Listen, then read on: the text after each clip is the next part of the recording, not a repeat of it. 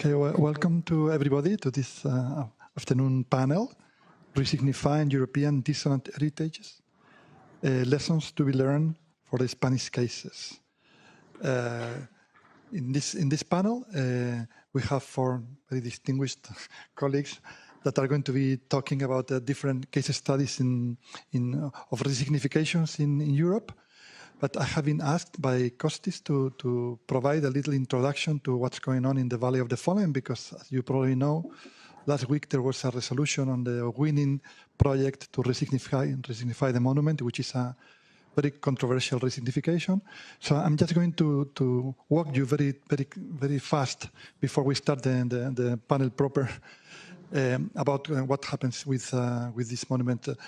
I know that there are a lot of people from Spain here that probably know everything that I'm going to say, but for those of you who don't know about the monument, this is this incredible monument. Now called the Valley of Colgamuros, which is the most conspicuous monument of Franco, representing the military victory of 1939. This image is now very famous in Spain. It's circulating because it has a storm over the monument, which is basically what's happening from a memorial point of view. No? So this was built over 19 years to commemorate the military victory, and it still stands in Spain without any re-signification, or very little re-signification. So I'm going to be showing you some images. This is one of the most controversial. I'm going to be tiptoeing over what are very complex issues. No, but this is just one of the most controversial topics in the monument is the use of slave labor, political prisoners, and doing the hardest part of the work in the monument. Still, we don't have like a deep historical knowledge of how this happened, because the valley, believe it or not, is the most understudied monument in Spain, in spite of the controversies. No, this has to do with the ideological profiling of the monument. This is the dome. It has a huge dome with tiles, like 1 million tiles, 2 million tiles, and it represents the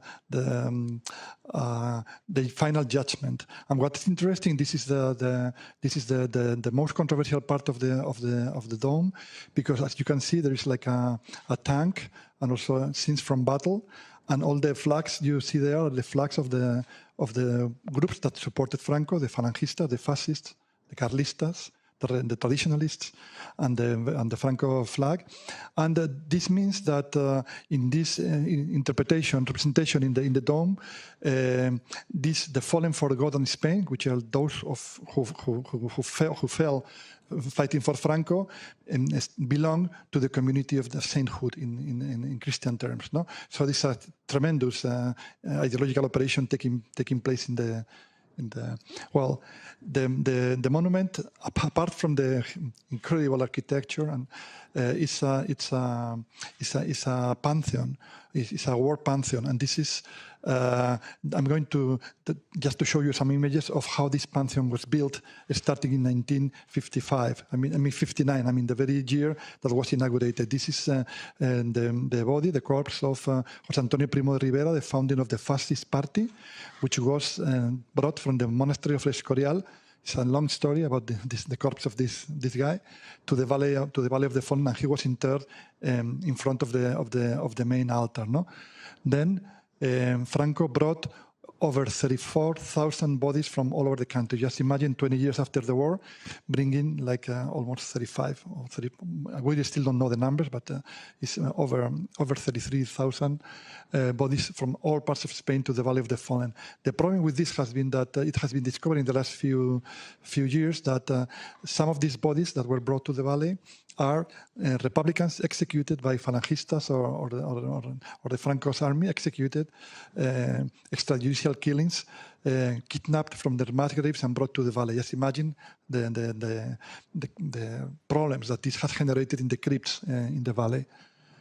Then Franco was, after he died in 1975, he was also brought to the monument, which he also died in the same date as José Antonio Primo de Rivera. Both of them are November 20th, in different years, of course. And then you have this powerful memorial axis in both sides of the main altar, Franco on one side and José Antonio Primo de Rivera, the founder, I repeat, of the fascist party on the other side. And this has stayed like this until 2019, when Francisco Franco was exhumed.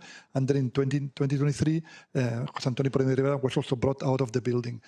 This is the exhumation of Franco, the first one. And then the second one, this is the only image we have of the exhumation of Primo de Rivera. There is another topic which is very important, because the resignification in the valley, the most important part of the resignification is funerary resignification. So you take Franco and José Antonio out of the monument, it's like taking kind of dragging, I mean, like very, very important part of the monument.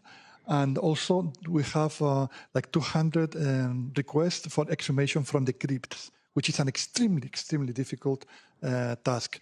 These are some images from the operative, the forensic operative taking place in the crypts as we speak today. And I'm part of the forensic team working in the crypts. And a lot of bodies of Republicans have been retrieved, but only 21 of them have been genetically identified so far. So this process is going on. No? These are some of the ceremonies where the bodies from the Valley, or Republicans from the Valley of the Fallen, are given back to their relatives in different parts of the country. No? This is another important thing that happened in the monument, which is like the excavation, the archaeological excavation of the military camps where the prisoners were kept, you know, during the building of the monument, and particularly the little houses that were built by the relatives to live around them around the monument. No, and this is it. This is like what happened last week. That there was like this international call for ideas to resignify the monument, and it's a process that took place over a number of months. No. And finally, this is the project that won last week. It's a very controversial project. Still, we are starting to debate around it. It's basically an architectonical project. I was in the jury, but I didn't have a vote, and I didn't like it, so to speak. No, but basically, it's an architectural gesture. But in my view, it doesn't have like the memorial component is really lacking. No, so I just wanted to show you the project that ended up second, which is this one called Caminos de la Memoria, which kind of offered like a different solution to the valley. No, so I just wanted to show you these images, so you keep in mind that I mean, just tiptoeing over very complex issues, so we can kind of connect this with the other case studies that are going to be shown, explained now. So we start with Ayoko, which is a cultural curator, cultural expert, and journalist with over 25 years of experience working with African and Afro-descendant art scenes. After 6 years as co-programmer and coordinator of the Afropolitan program and festival at Center for Fine Arts in Brussels, she joined the House of European History in Brussels as a curator, where she's currently part of the team preparing an exhibition on Europe's colonial legacies. With Ayoko, I think that you're going to be talking about the African Museum, the Dürr in Brussels. So you have the floor, and welcome to the panel. Thank you very much, Paco. Good afternoon, everyone. Yes, so as Paco just told, I'm Ayoko Mensah. I'm a curator here at the House of European History, but this afternoon I'm really going to talk on my personal behalf. Actually, before joining the House of European History, I collaborated for 4 years with the African Museum, so which is located in Tervuren, just a few kilometers from Brussels. I don't know if you know this museum, which is a kind of really a colonial emblem here in Belgium. And so, yes, I'm going to share, some reflection about what I call, the impossible decolonization of this institution. And yes, forgive me, I'm going to read my paper because it's really, I think, easier for me. Yeah,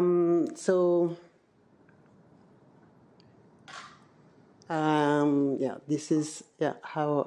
So I'm going to structure my presentation. Yes, so the African Museum in Tervuren is an emblematic monument of Belgian colonial history. The museum originated as a colonial section at the Brussels International Exposition in 1897, built on King Leopold II orders to promote his private colony in the Congo. It was conceived as a propaganda tool from the beginning. Its purpose was to garner support and investment for the colonial project by showcasing the colony's so-called achievements and economic opportunities. The International Exposition in 1897 included a human zoo where Congolese people were housed.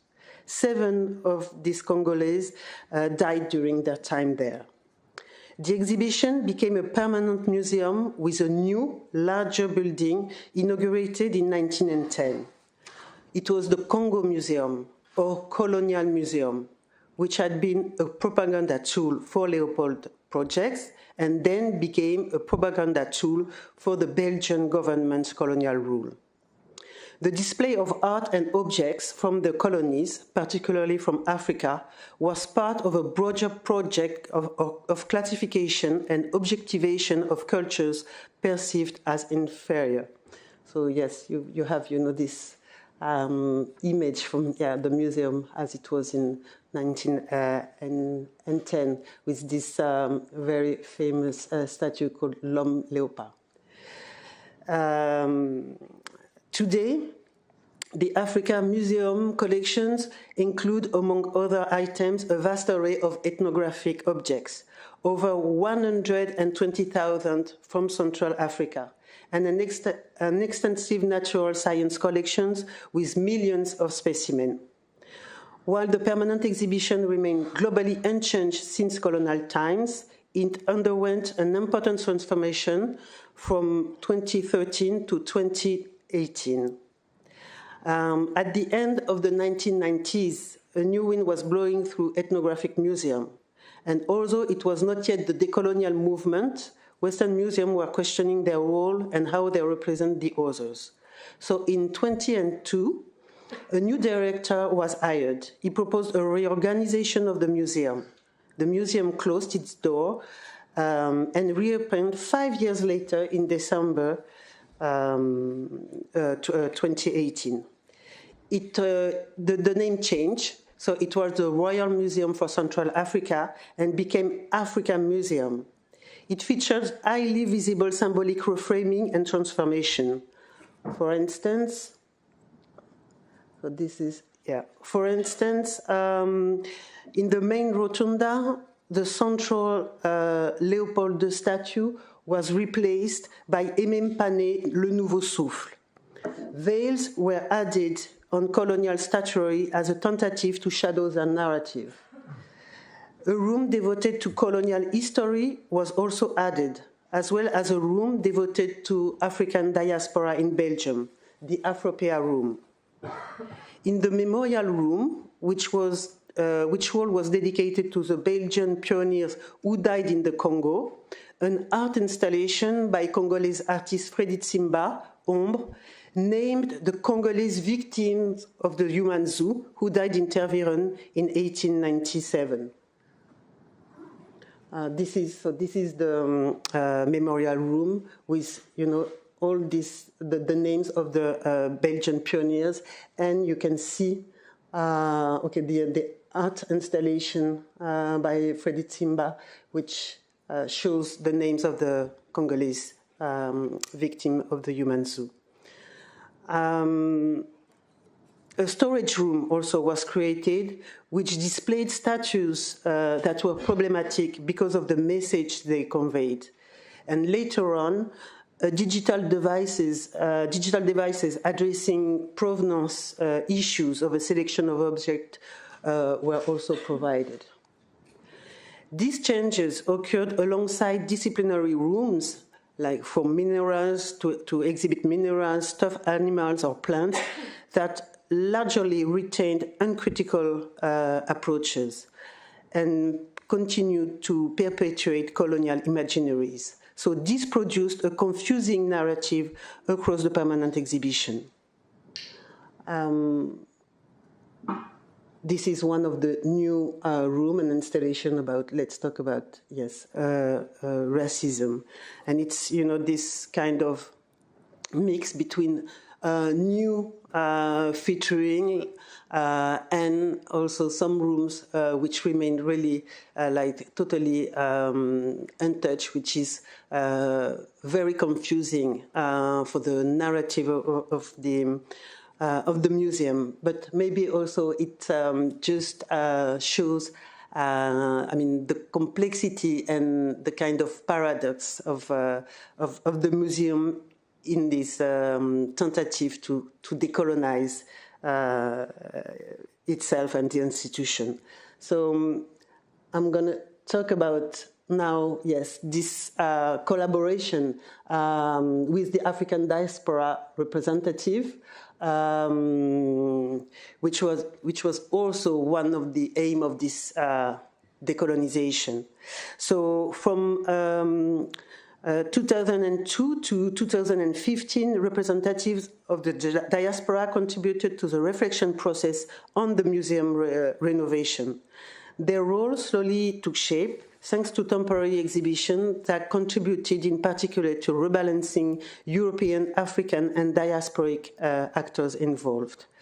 Just one word about, yes, this painting, which is made by this famous Congolese painter Shiri Samba, and it's very emblematic of, yes, this really contradictory, interest between, museum representative and staff. The director is here, and the representatives of the diaspora, and especially the Congolese diaspora. And each group, is really pulling in on, and this homme léopard, which is really the most problematic, one of the most problematic representation of the Congolese, as really the center of the power, and also the center of this challenge to really change the representations of Africans. So in 2002, the COMRAF, Comité de concertation du musée avec les associations africaines, was created. And then in 2014, a group of 6 experts, the group of 6, of which I was a member, was elected by the COMRAF to work on the conception of the new permanent exhibition with scientists and museum curators.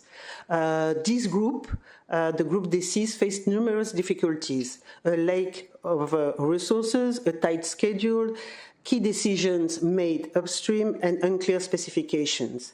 In fact, it was not a co-creation, but rather a consultation. The museum was testing its idea on us to anticipate the reactions of the African descendant public. This left most of the group feeling that we had been used as a token gesture by the museum. For the group, there were issues that absolutely had to be addressed, and ways of addressing certain issues that were deeply contested. But this ultimately created very high tensions, such as some members decided to put an end to the collaboration. Indeed, how can a collaboration continue when strong opposition is not heard and not taken into account in an exhibition project? Here you can see, yes, one of the last meeting of the COMRAF. So it was really a few days before the reopening.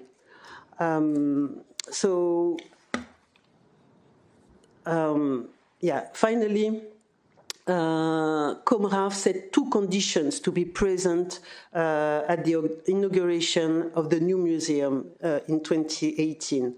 a public apology by the director, and the installation of a plaque in memory of the 7 Congolese who died during the international exhibition.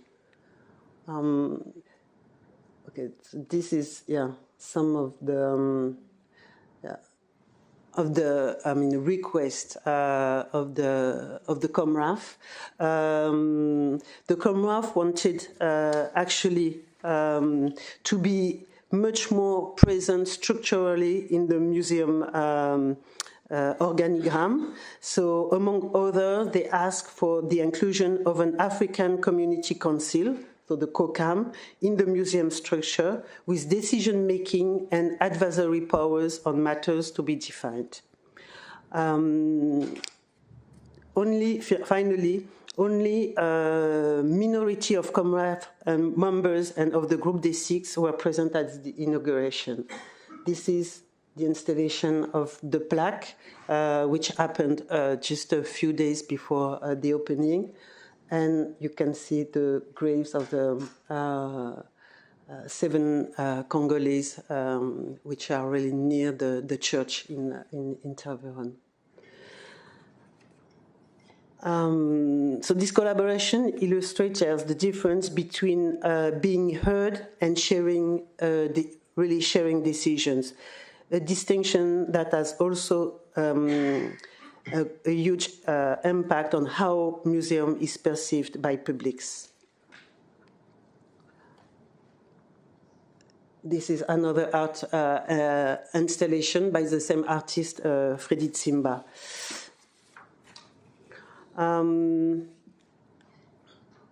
The complex role, of artists and transmitters or mediators. So artists and symbolic interventions are symbolic interventions. In the museum creations, creations in the Rotunda function as a decolonial commentaries on the historical institution. The Restore project, this project which covered by a drape some colonial statue in the Rotonde, activated responses among Belgian veteran groups. In 2020, these Belgian associations of Congolese, let's say, colonizers, sued over the drape covering the statue, "Belgium brings security to the Congo."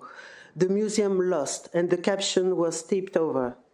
This episode is instructive, because beyond the relation between the institution and the African diaspora, other publics perceive changes as affront to their honor, to their identity, and to their identity. Such reaction confirmed that decolonization is not purely internal curatorial matter, but unfolds within a contested public sphere.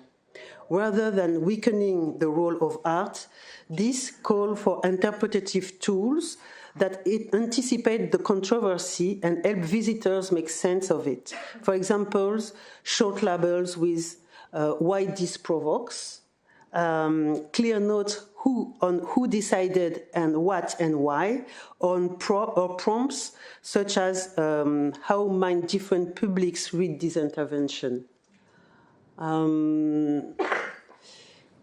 The objective is to frame disagreement and emotional reactions as normal, to signal that multiple readings are legitimate objects of reflection instead of failures of the exhibition. These tools should be paired with deliberative fora that process disagreement, like facilitated dialogues, stakeholders-led tours, mediated discussions, and visitors' feedback stations.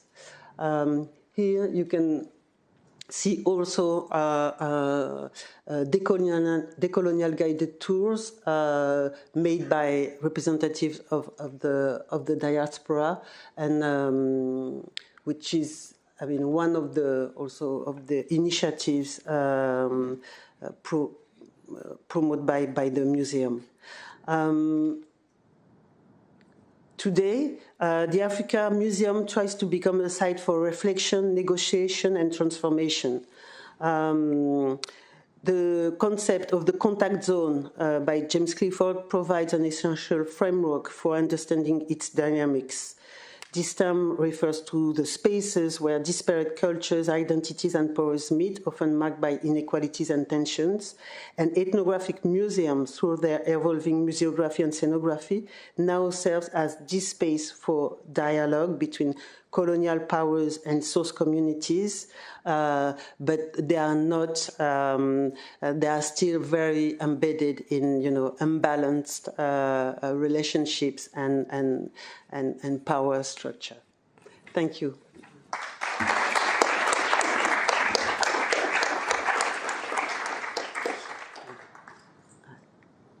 Yeah, this is still.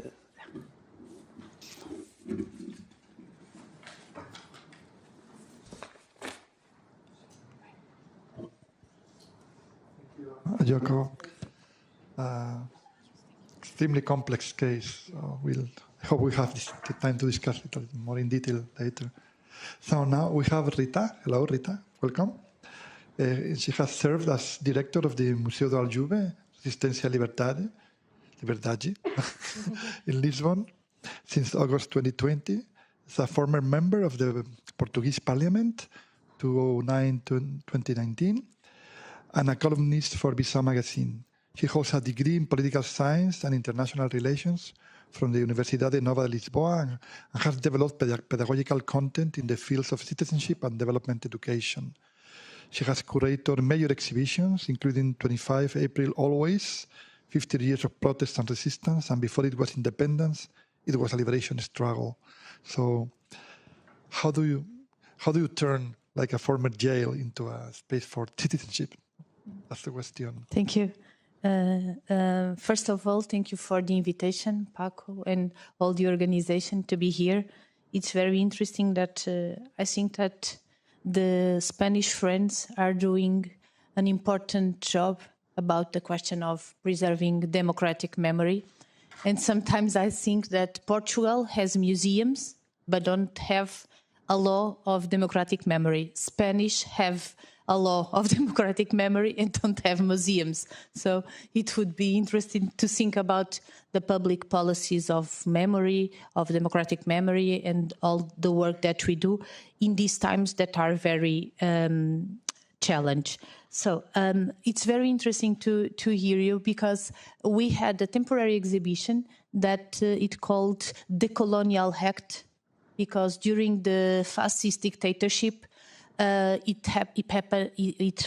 exists a law that calls Colonial Act, because Portugal presents like a superior to civilize the old colonies. And we had a temporary exhibition that calls the Colonial Act.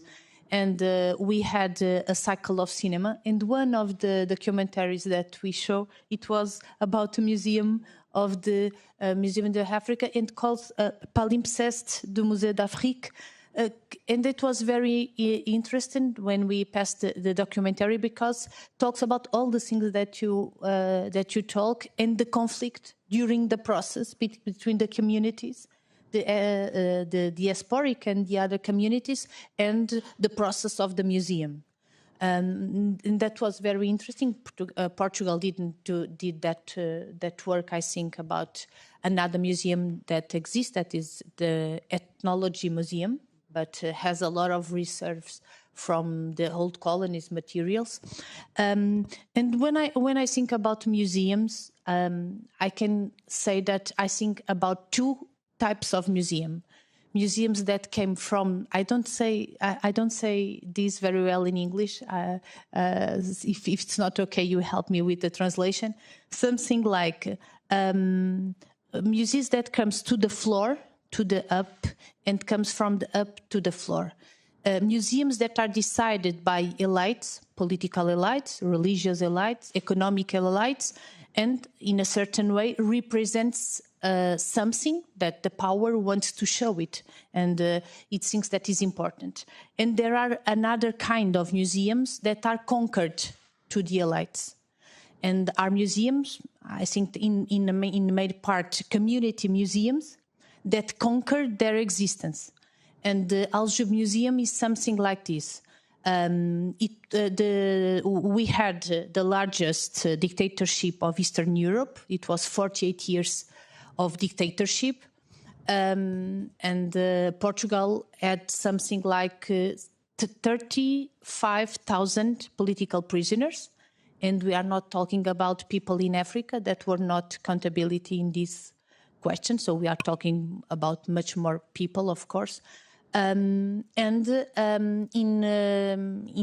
this millennium beginning, the headquarters of the old political police was sold to a luxury condominium.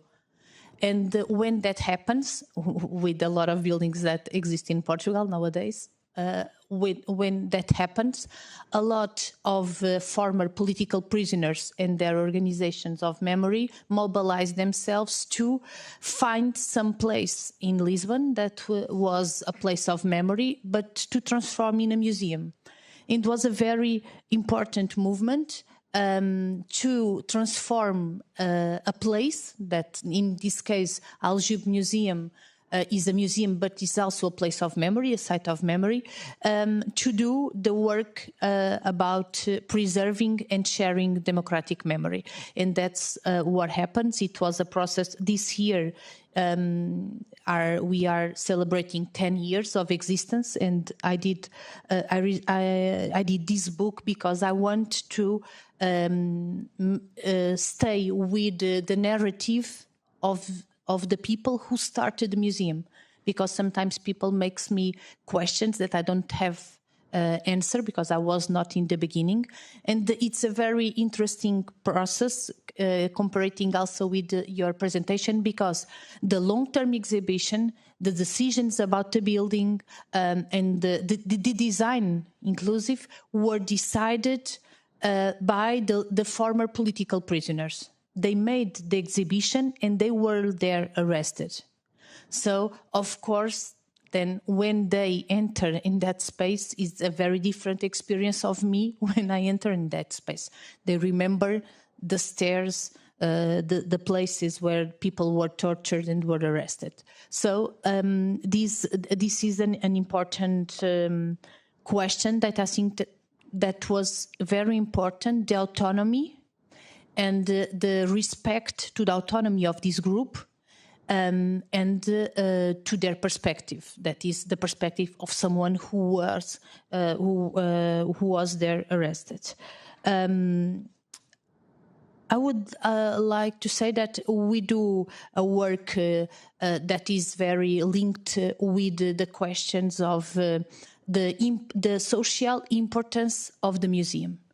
When I was doing this book, I was thinking that if it was today, this museum will be open. I don't have an answer, but I think that would be much more difficult, and I don't know if it would be possible at all.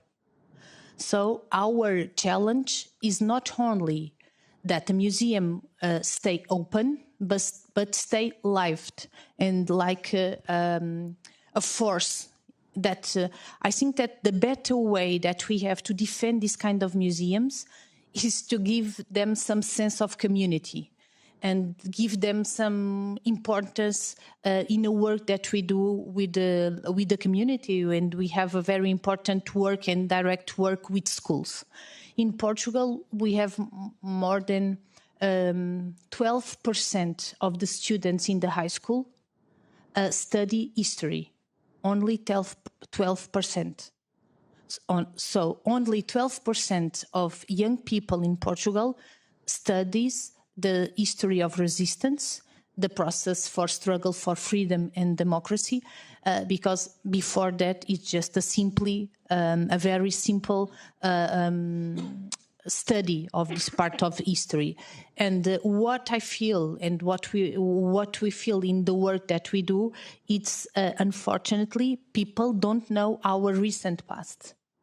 And when we don't know our recent past, as by the morning was said, we don't have all the conditions to understand our present and to think about challenges and ways to solve the problems that we have. About the questions also of sharing memory and democratic memory, with the young generation. Sometimes I feel that is not only a work to do with the young generation. Other old generation don't know also our recent history, because we were a country that exists a censorship and a lot of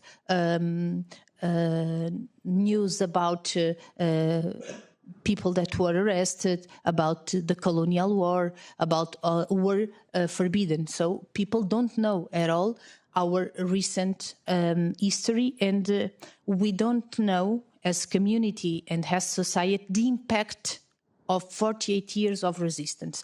There is a dimension of the repression, the torture, the prisons, and all of that, but there is also a questions of values, a questions of poverty, a questions about the economic underdevelopment. Portugal was a very, very poor country, so we don't know this impact in development of the country, even after 50 years of the revolution.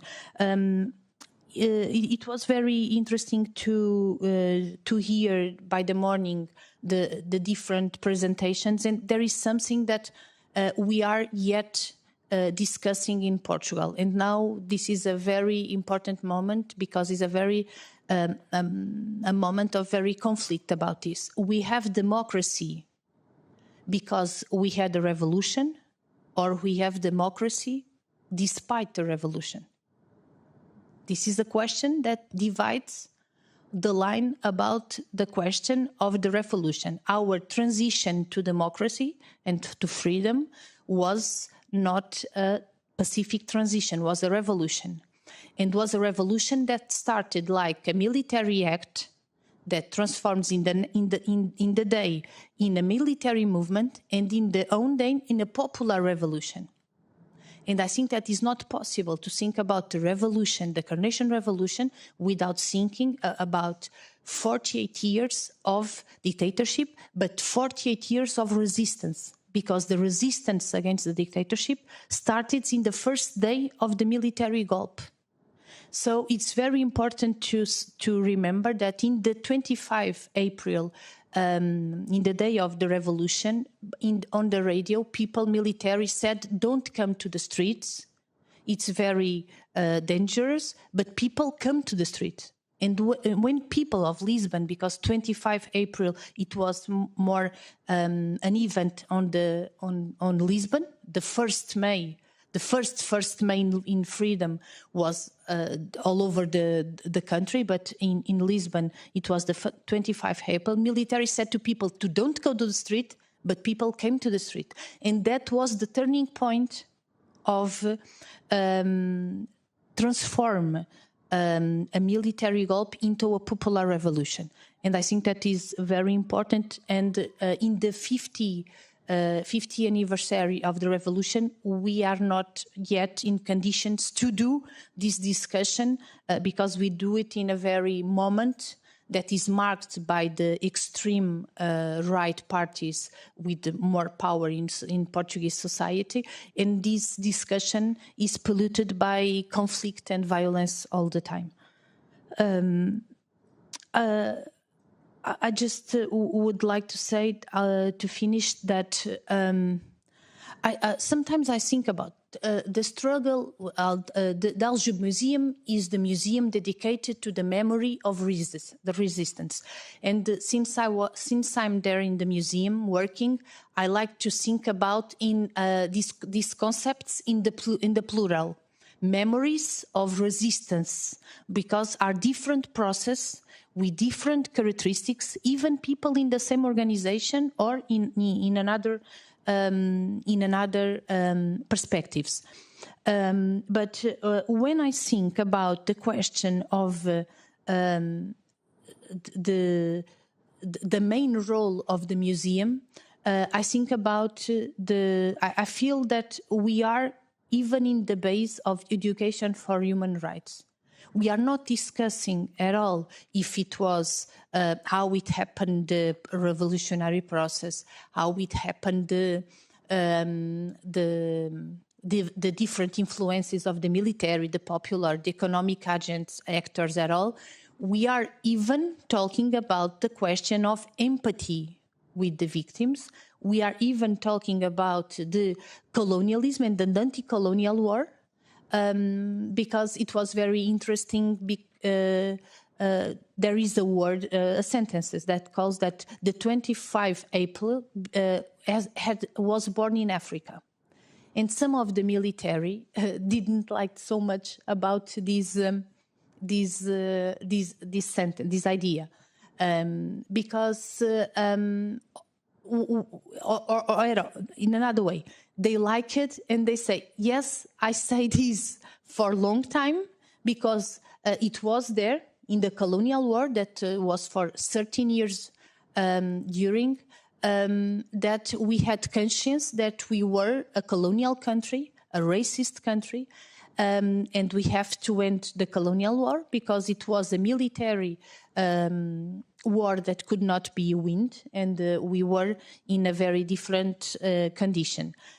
But what people say, it's another thing, because this sentence that the 25 April was born in Africa is a sentence that came from the black movement of the people, because the colonial war was not possible to win because it happened liberation movements with all the work about this. So when we are talking about these questions, we know that we have so many perspectives to bring, and so many rich perspectives with other questions, and it's a difficult work. We are only 14 people in our team only. So we do all the things, but I think that the best way that we have to protect the museum is understand the conquer of democracy as a daily work. We conquered the freedom. We didn't conquer the democracy. Democracy is a daily work that we do. Sometimes we have more chances. In other periods we don't have it. Sometimes there are violent episodes, but we have to try to fight against the fascism. I'm from a region of Portugal in the south, that is the land, and I think sometimes I think about the question of the racism, the neo-fascists and fascism, like the bad herbs that grow on the lands. Sometimes we have more power to stop them. Sometimes they grow with more forces, and now we are in a very difficult time. But I think that as in other times, with solidarity and with the perspective of democratic rules that we wanted, we have to resist again. Thank you.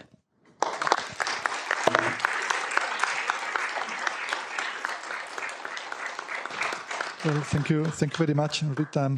Sometimes I'm so jealous about some of the memory processes taking place in Portugal, and because for one thing, you have the liberation movement coming from Africa, and we have the fascists coming from Africa. No, we are such sister, brother countries, but our political histories are so different. So thank you very much. And also with the theme of decolonization that you have both touched upon, that's something we don't have in Spain. I mean, the debate on decolonization in Spain is almost non-existent. So, okay, we'll talk about this later if we have time. So now we have a Christian Dürr. He's a historian and curator at the Mauthausen Memorial in Austria.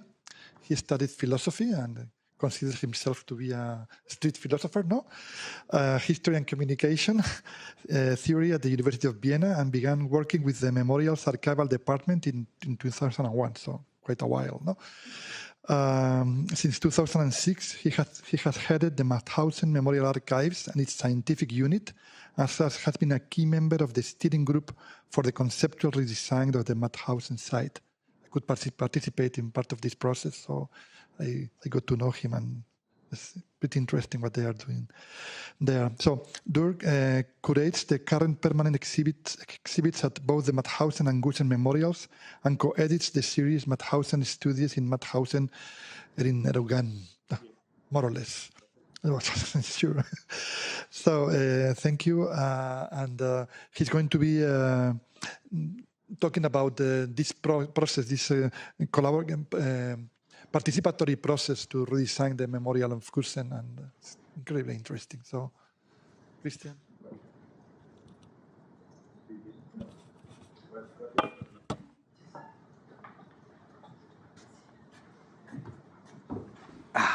Thanks a lot.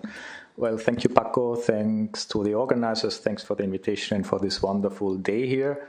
I'll stand here so I don't have to break my neck watching my own slides. I've prepared several slides. I go through them very quickly because I think there are too many. But yeah, the idea, as Paco said, is to give you an idea of an ongoing project which we are carrying out as institution, Mauthausen Memorial, which is creating basically a new site of memory at the place of Gusen, the former concentration camp Gusen. But before I start, I would like to pick up on two things that Rita just said. Rita emphasized the importance of bottom-up museological projects as opposed to top-down. I think this project has both aspects. It's, you could say it's a top-down project, but with a very strong part of bottom-up involvement.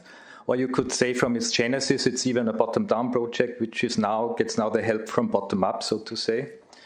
And the other thing, maybe we can discuss all that later, also what you said, that your museum was basically made by the political prisoners themselves who were captured there.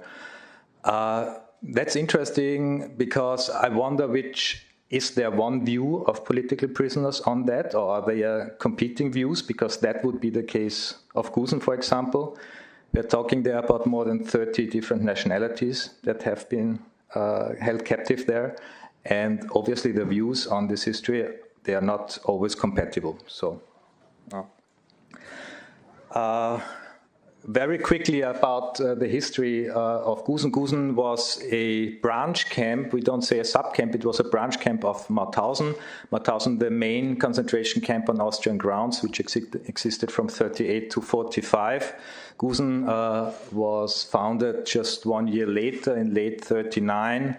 And it existed throughout the whole Nazi period until its liberation in May 1945. We are talking about approximately 72,000 prisoners of more than 30 different nationalities passing through this place, and more than half of them died or were assassinated in Gusen. I will switch over this. You can here see, well, the pointer doesn't work apparently. Okay, never mind. In the middle you have the concentration camp Gusen, on the right the concentration camp Mauthausen, and on the left the Berkestal galleries or tunnel system, which was excavated and constructed by prisoners of the camp Gusen. Somebody's taking a picture, so I'll wait a little bit. I'll skip this movie because it would take us too long. I'll skip this here.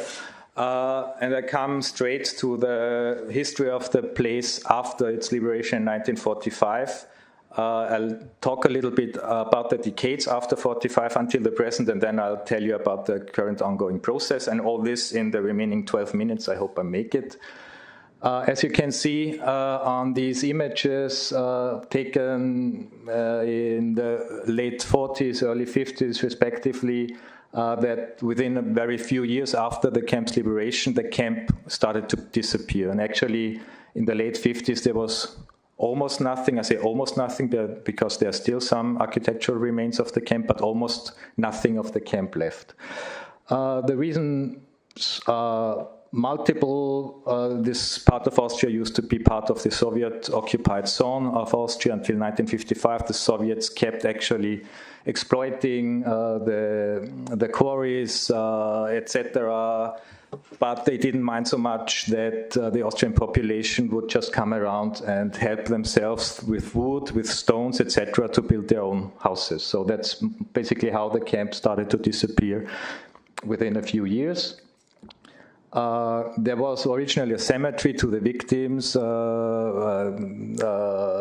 made by the American troops, which existed close to the camp until the late 50s. After that, those remains were exhumed. So the situation in the late 40s was there was nothing left of the camp, but there were still many survivors, and particularly also families of victims for whom Gusen was a place of remembrance because the family members, they died there. And when those groups came back to Gusen, there was nothing there to be seen anymore of the camp, which was obviously a huge deception for them. There was one remain, though, which is the former crematorium furnace, which we see here on this picture. And this crematorium furnace actually became the place of remembrance for all those groups coming from abroad, from different countries, Western Europe back then, later on also Eastern Europe.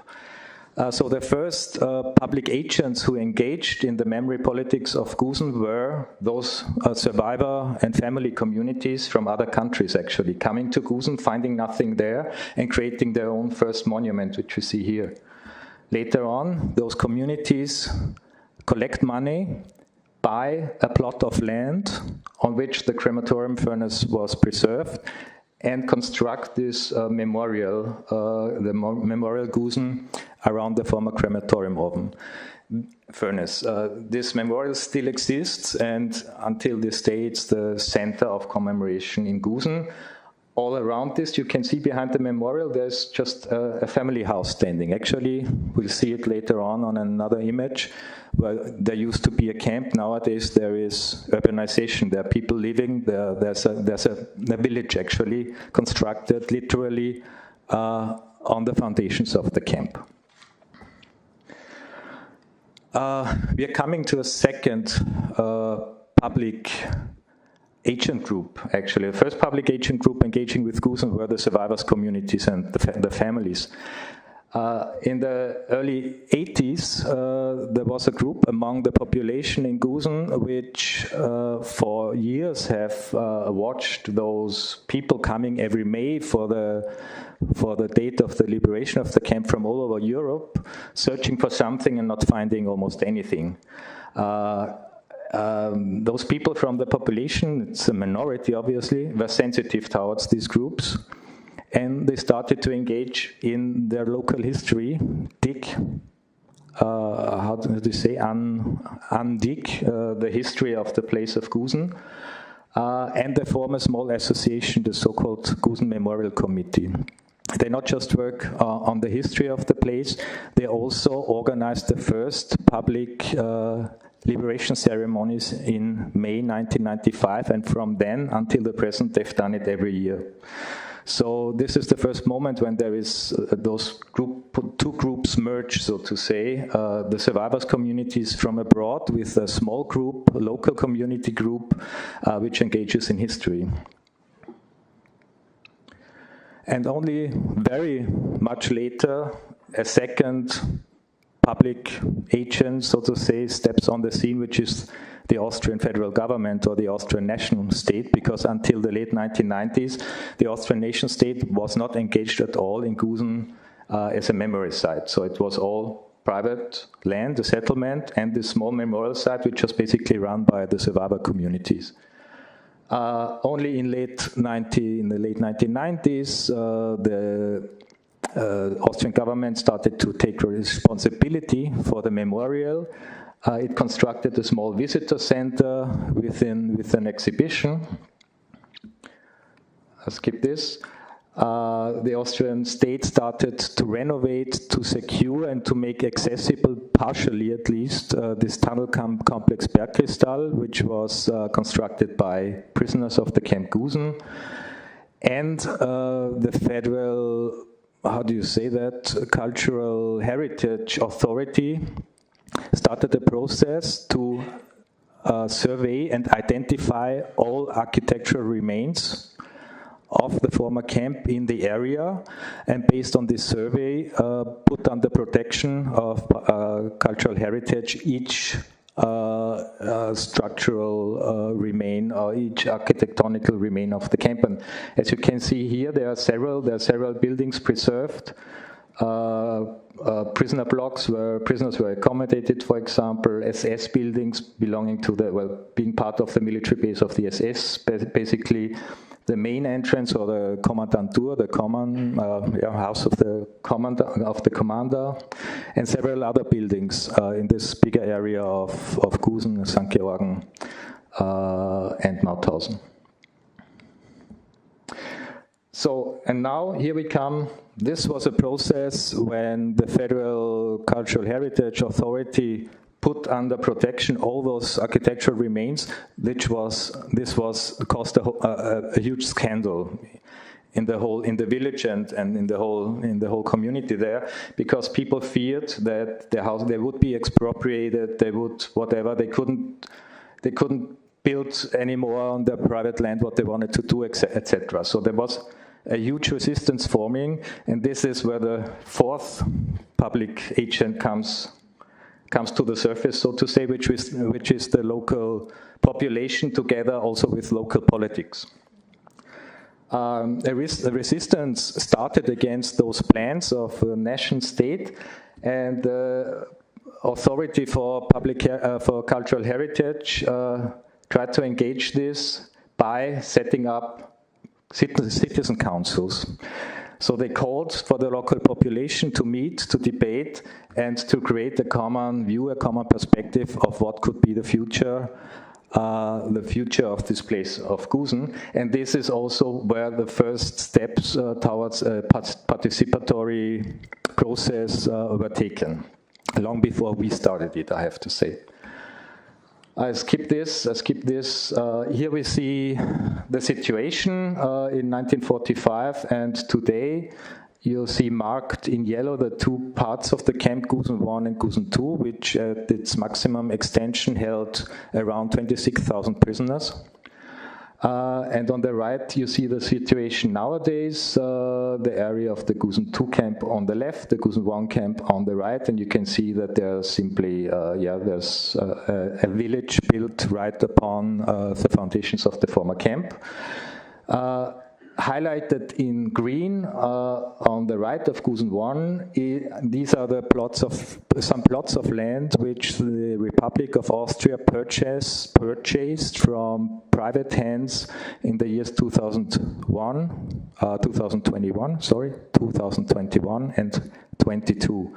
And those plots of land are in the center of our project. So we've taken over things that you can see here. So really it was an industrial area with just a few architectural remains of the camp left. This is more or less the state in which we took it over in 2022.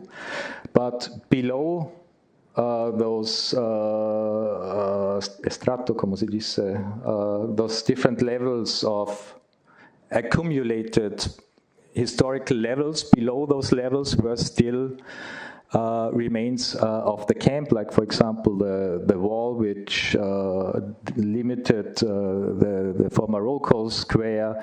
On the right bottom, the stone crusher and some buildings, etc., etc.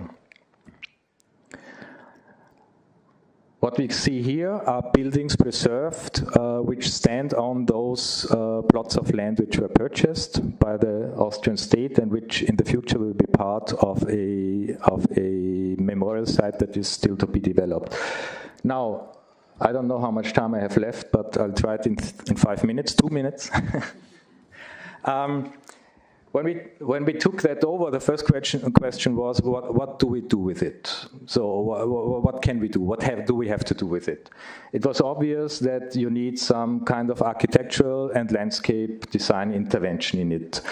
To do so, you probably need a competition, and to set up a competition, you need some general guidelines, some outlines on what's the purpose, what's the objective, and what's the framework of a competition.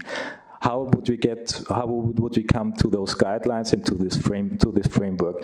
We could have thought about it by ourselves. We are experts. We have worked on this history for many years and decades and whatever. But we knew from the first time this wouldn't there would be no acceptance for that, and there wouldn't be any legitimation for that. We needed to go back to all those public agent groups, interest groups, which have formed throughout the decades after 1945, and work with them together, and to set up a participatory process. And this is basically what we did. We started in 22 and we finished in 23. Paco Ferrándiz actually was part also of this process. We called for different groups, survivors, communities and their families, regional population, experts, diplomatic representatives of victim states. So we are talking theoretically about more than 30 states. In the end, there were 8 to 10 diplomatic representatives present in this process. And throughout 1 year, in different formats, we debated on the future of this place. And in the end, there was, you wouldn't believe it, there was really some kind of consensus. This consensus was transformed. You can see it on the top right, in which the architects, which were working together with a communication agency, which the architects called the master plan. So they were drawing up an urbanistic master plan which outlined the basic objectives, the basic guidelines for a future place. And this master plan finally was the basis for this international competition, which was called for in 2024 and which was finished this year. And actually, today's Tuesday, yesterday on Monday, the project that won this competition was publicly presented to the public and to the media, etc., etc.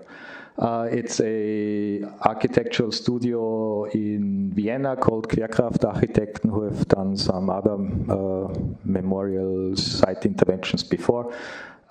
You can see some images of their proposal.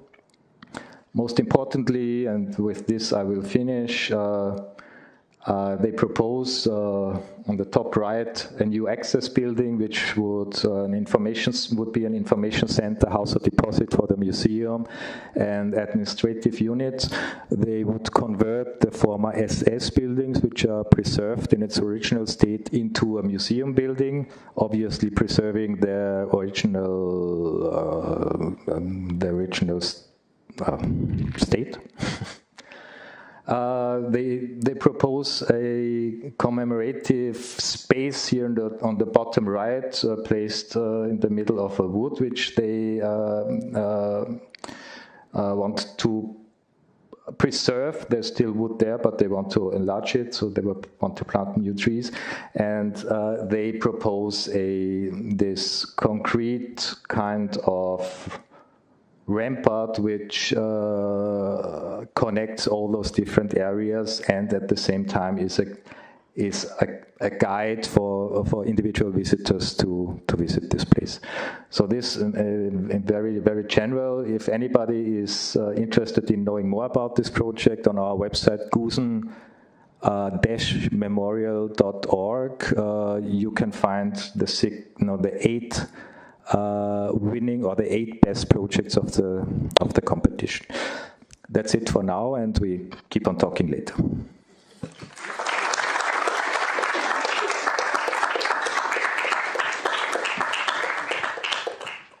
Thank you very much, Christian. We can also talk later, if we have time, about the difference between having a participatory project process and not having it. So which are the results? So now, just to finish with the first part of the panel, we have Magda Fytili. Welcome to the panel, Magda.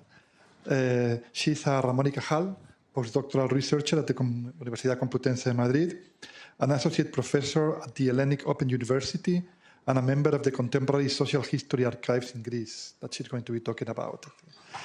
So she holds a PhD in Contemporary History from Complutense with a thesis titled Between Heaven and Earth, which is very appropriate, the Republican Anti-Aircraft Defense Policy during the Spanish Civil War, published by the Spanish Ministry of Defense. Her research focuses on transitional justice, memory politics, forced migration, and the legacies of authoritarian regimes in Southern Europe. So thank you very much. Well, she also has published, participated in several international research projects, like Politics of Recognition, Rethinking the Past, Anticipating the Future, and Women in Resistance. So thank you very much, and the floor is yours. Hello, thank you, Paco. Thanks all the organizers for inviting me, and all of you for being here. So I think Greece is between Portugal and Spain. Greece offers, I believe, a paradox. It is a country without a state-run national museum dedicated to its dictatorship or its resistance, yet the memory of that dictatorship remains extraordinarily alive. So the 1967-1974 military regime, it lasted only 7 years if we compare it with the Spanish and the Portuguese dictatorship, but it had enough time to imprison thousands, to torture thousands at the ASKI headquarters, at the special interrogation unit of the military police, and exiliate thousands on the Yaros prison, the Yaros island. So the memory of this dictatorship has survived less through monuments and more through rituals, archives, and civic participation. The most emblematic, so this, you can see some anti-dictatorship demonstration here in Brussels. So the most emblematic of these rituals is the Polytechnic uprising of November 1973. For 3 days, students occupied the university, the Polytechnic University in Athens, and were demanding bread, education, and freedom. When the army sent in tanks to crush the movement, 26 people were killed. So that event became the founding myth of the post-junta democracy, a symbol of the resistance that is still commemorated today.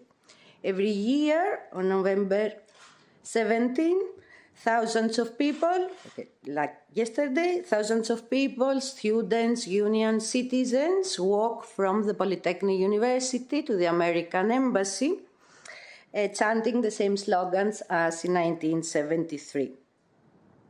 It's not a state ceremony, it's a ritual of citizenship, it is a memory that it's not exhibited, it is performed, and I think that its power lies in repetition every year. So after the fall of the junta, Greece took a clear political rupture, in this case more just Portugal, and not like Spain.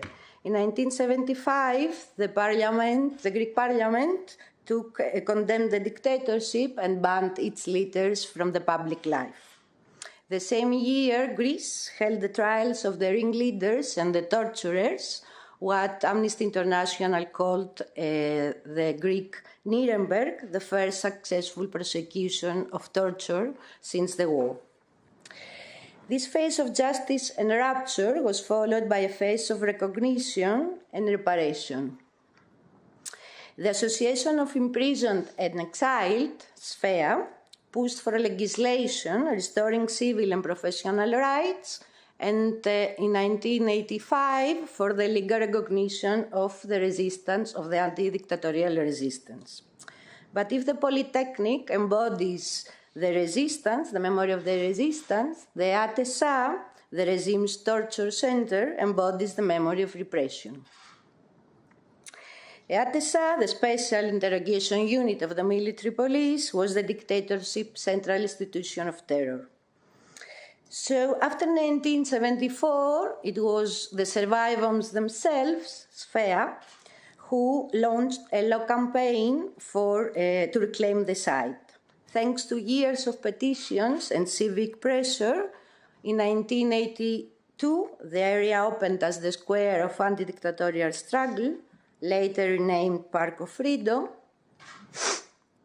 In 1986, the bust of Spiros Moustaklis, a military officer who was paralyzed and rendered speechless by torture, was placed at the entrance. And by the mid-90s, the Museum of Anti-Dictatorial Resistance was created inside one of the buildings. And in 1997, so many years ago, after the fall of the junta, the entire site was declared a protected historical monument. This was memory, again, built from below, from the survivors themselves. Today, school classes visit the site, survivors give testimony. So it is a form of civic archaeology of the recovery of democracy's foundation through its material remains. Sfea also succeeded in having Yaros, the island of political exile, recognized as a national monument in 2001. Again, it was civil society which defined what would be remembered. So the real strength of this civic memory, So the real strength of this civic memory, I believe, it lies in its plurality, the collaboration between the survivors, the historians, the archivists, and educators. From the mid-90s onwards, Sfea and the Pandio University digitized prison records, judicial files, exile documentation, underground press, and membership registers, creating a digital archive of over 6,000 documents. The Contemporary Social History Archives, ASKI, has also worked closely with Sfea to preserve and interpret the memory of the dictatorship. Our archive includes thousands of photographs, letters, underground press, and oral testimonies from survivors and from exiled communities. But ASKI's approach goes beyond preservation. It links memory to civic participation. So let me give some examples. Since 2013, ASKI has hosted a weekly radio program on National Public Radio featuring historians, political scientists, and former activists, survivors, discussing the dictatorship and its legacy. With Amnesty International, we created the Walk Against Torture through former sites of repression like Atessa. The Digital Museum of European Solidarity to Greece, which documents over 100,000 items from international solidarity movements. Thematic events like Memories of Torture, A Dark History Without Borders, and exhibitions such as Democracy on the Streets and Athens Celebrates Its Freedom, which brings survivors, artists, and researchers together. So through these initiatives, memory becomes participation. In few words, Greece does not offer consensus, not in the sense of Christian, in the sense of political consensus, but I think it offers a useful method. Root remembrance, participation and repetition, transform spaces of violence into spaces of learning, and use archives and education as guarantees of non-recurrence. So again, the challenge of dissonant heritage in Greece, in Spain, it's much harder than in Greece. Greece does not have a monumental site equivalent to Koulougamuros, fortunately. But what the Greek experience offers, it's not only this method, participation, ritual, and archives. I think that it offers an architecture of democratic resilience capable of functioning even when consensus collapses or when negationist movements emerge. So I would like to number some strategies that I find useful. So memory should not aim for consensus, but for the capacity to absorb conflict. The goal is not consensus, but a plural ecosystem strong enough that no single government, no matter how revisionist, can erase what has already been socially sentimented. Put differently, memory is not an agreement, it is an infrastructure for democratic disagreement. Second, move from memory policies to memory-generating institutions. Policies can be reversed. Institutions are harder to dismantle. When survivors, universities, archives, teachers, and civic rituals form durable networks, they create autonomous memory, a memory that does not depend on the political winds of the moment. So this is crucial in a world where states with strong memory cultures, like Argentina, can produce negationist governments. So resilience requires institutions that outlast administrations. Third, protect democratic rhythms, not only sites. I think that Europe has been very good at protecting places like camps, museums, monuments, but it has protected less the temporalities of democracy, recurring rituals, anniversaries, civic processions. So Greece, and the 17th of November, shows that the rhythm matters as much as spaces. Every 17th of November, the commemoration returns, contested, noisy, imperfect, but alive. And repetition creates resilience. What returns remains. Fourth, effective memory produces social identity, a social feeling of democracy, what we called in Greece κοινωνικό αίσθημα. So it points to something essential, that memory works because it teaches, memory works not because it teaches facts, but because it creates belonging. It becomes durable when citizens feel themselves part of a moral community, not just students of a syllabus. Fifth, transform authoritarian sites into laboratories of citizenship.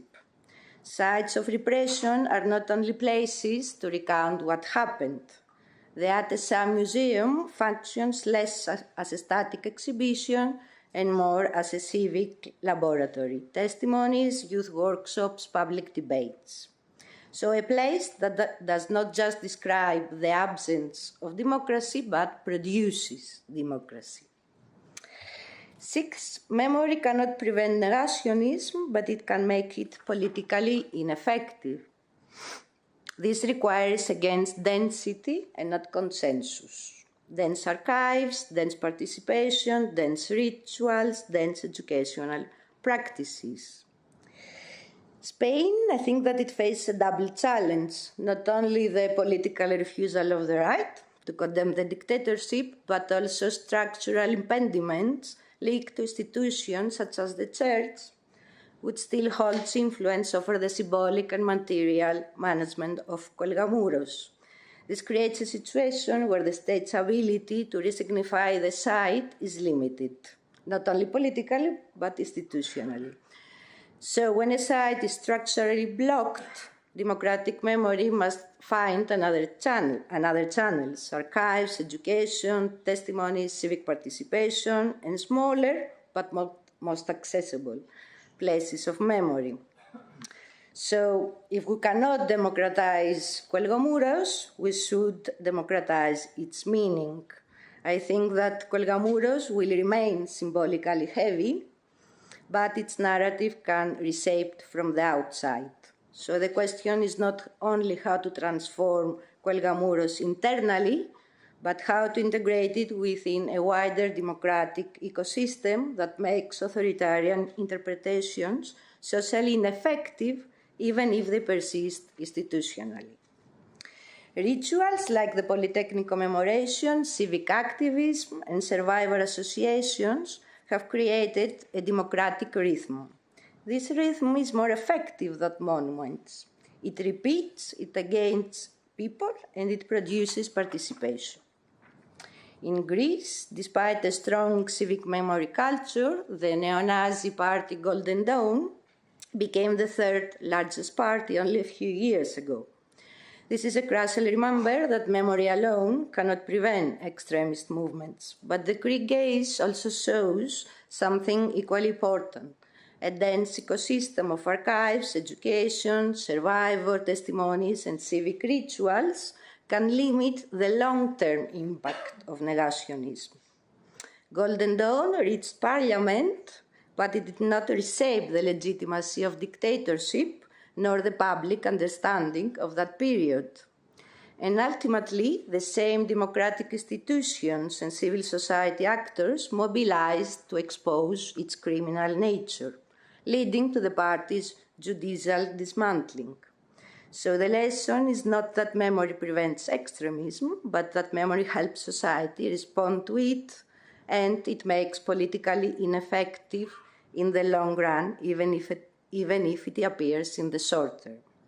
So the Greek case offers a simple contribution to the European debate. Resilience matters more than consensus. Thank you.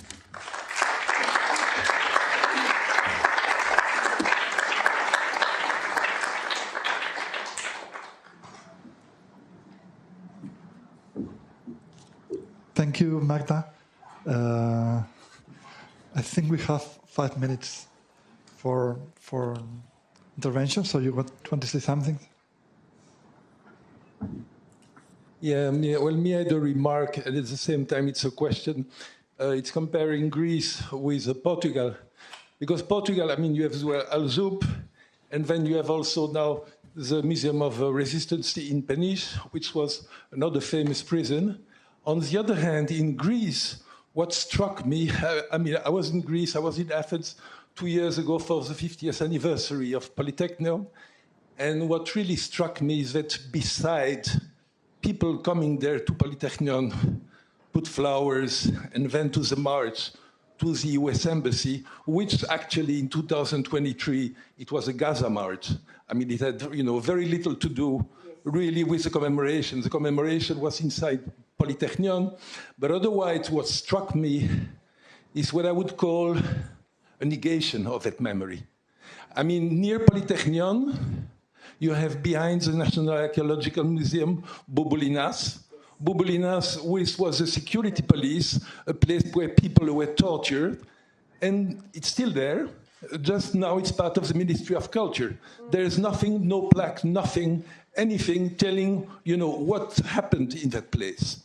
You have in Thessaloniki, Eftapyrion, which was old medieval castle and then a political prison during World War II until the dictatorship. I mean, people were shot there both by the Nazis and during the Civil War time. I visited it.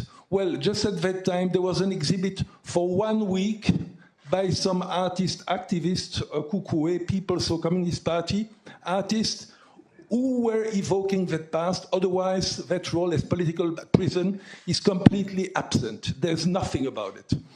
I was just now in September, early September, in Egina, island of Egina. You have next to the beach and next to the tourist place, you have an abandoned prison. Since the 1980s, it was also a very important political prison during the time of the dictatorship. It's abandoned. Well, fortunately, it's still there. And there, they renovated one of the buildings. And there was, I mean, it's used as an art gallery.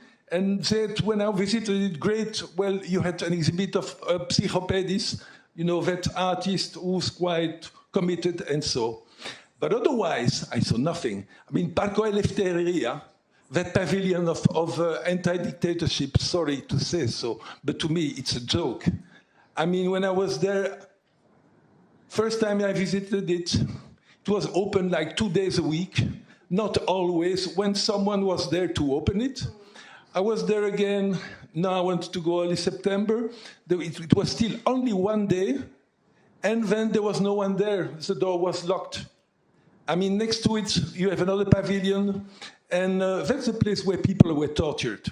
The vet pavilion, I can't remember the number, but you probably know it better than I do. And just in front of it, you had that exhibition that you organized about the liberation of Athens, which was really interesting because it's the only exhibit I saw, well, except at the National Gallery, but that evoked that theme of, democracy, coming back to democracy and the dictatorship. Well, there was also something in the National Library, but it was, somewhat minor and not really open to the general public. But so there was your exhibition, but it's one of the pavilions, rather small, and usually it's used for art exhibits also. And your exhibit didn't last long. It was really interesting because you had, on the one hand, the liberation of Athens and the resistance. So during World War II, liberation of Athens.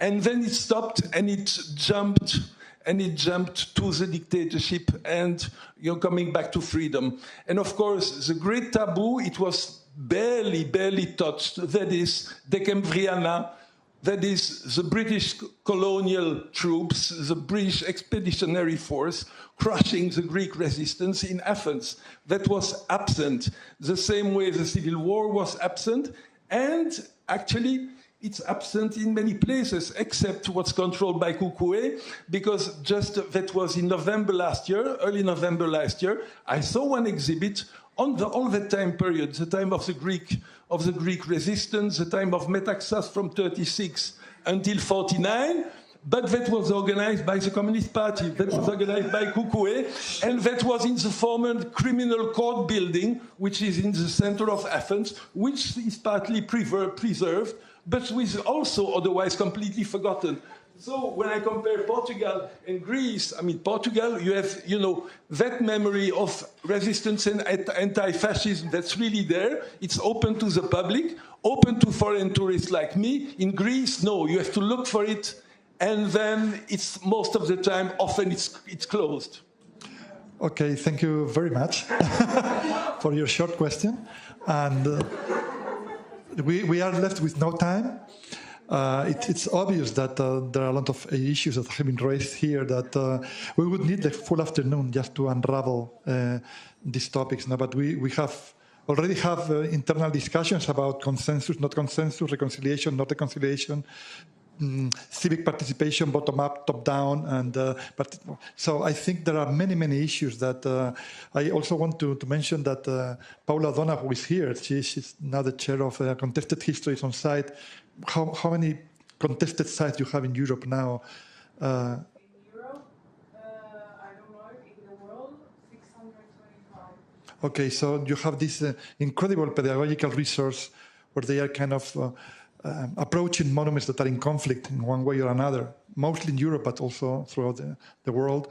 And I think that this is a debate that should be kept. And thank you very much for all the presentations. You were very disciplined. Nobody went over like 16 minutes, which is except for the question, which was 20 minutes. So okay, now I was there in the prison. I was there. What if we continue it through the much needed coffee break that we have now for half an hour, I think. So 20 minutes, okay. So. And then we have the spectacle, the show here in the same room. So okay. Well, thank you very much to all. Thank you. Thank you.